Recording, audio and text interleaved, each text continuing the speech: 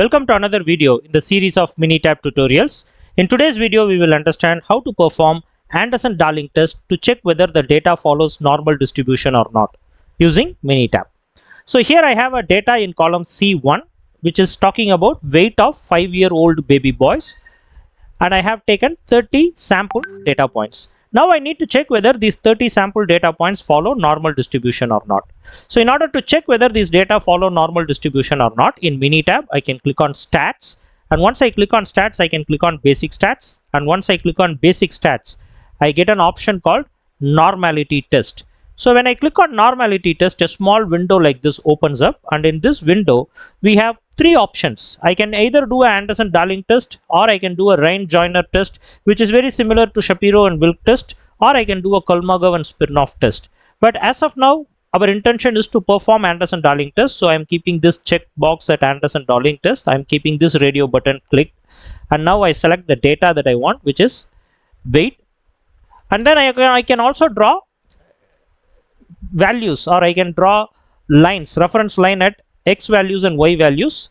I have explained in detail how to use these x value, y value lines in my detailed video where I have explained about Anderson-Darling test, how to make inference out of it. However, in this video we will quickly understand how to perform Anderson-Darling test and make an inference out of it. So hence I am not going to choose this. For you to understand how to make use of this, you can look into my detailed video. I'll give the description. I'll give the link of that video in the description. Now I'll click OK, and once I click OK, I get a Anderson-Darling normality test result, which is a graphical representation from the Minitab. And as you see this graph here, let me minimize it for a better view.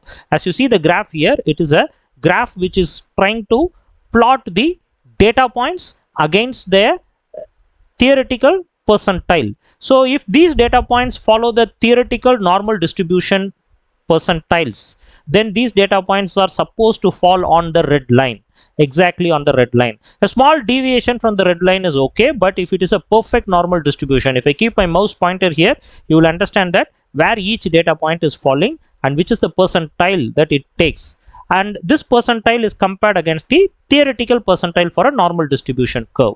And what you see here is the Anderson-Darling test value, the number of data points, mean and standard deviation. More importantly, you need to focus on the p-value.